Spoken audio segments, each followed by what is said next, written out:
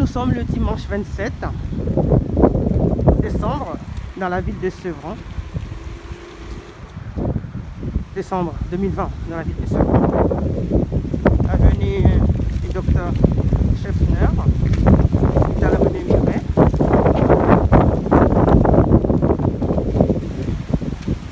Actuellement, les médecins, enfin, les populations sont là, il y a les journalistes, il y a la presse.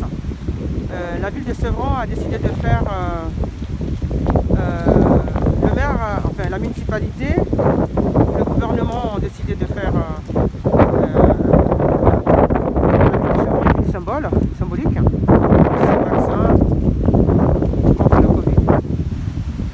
Alors moi mon ressenti est que, en tant que citoyenne, en tant qu'être humain, il faut prendre un peu de recul. Et en tant que même élu local, nous n'avons pas été informés que le conseil municipal du 17 décembre n'avait pas été informé que le 27, je crois, la ville de Sevran serait la première ville de l'île de France. C'est la deuxième ville dans l'étendue française. C'est Lyon et Sevran. Pourquoi avoir choisi Sevran? C'est ma question qui est là. Pourquoi faire cela aussitôt dans la précipitation? C'est ma deuxième question.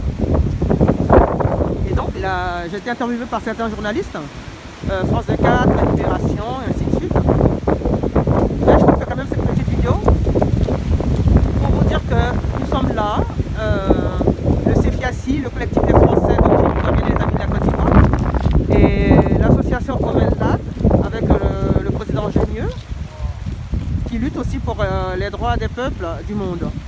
Et donc voilà, et ce qui se passe dans l'hôpital, c'est vraiment l'omerta totale, on ne sait pas ce qui se passe dedans. Et ça se passe à une période où c'est les vacances et c'est les fêtes de fin d'année. Alors on aurait pu laisser quand même ces personnes âgées fêter d'abord ou je sais pas, je ne sais pas. Il n'y a pas les familles,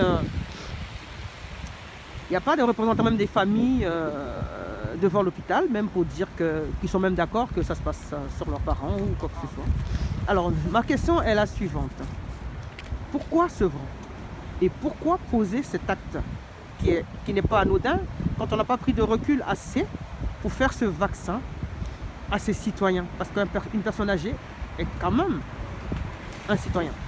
Voilà. Et c'est pas pourquoi avoir pris ces personnes.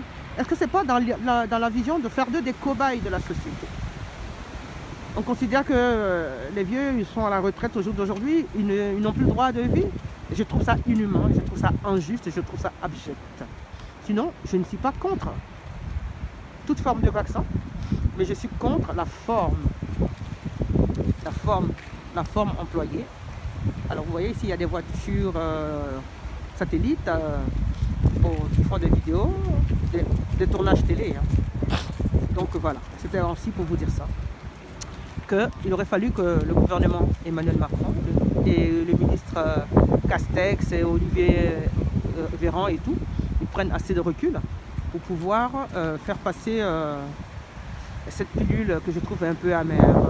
Donc voilà, c'est un peu mon ressenti en tant que citoyenne du monde.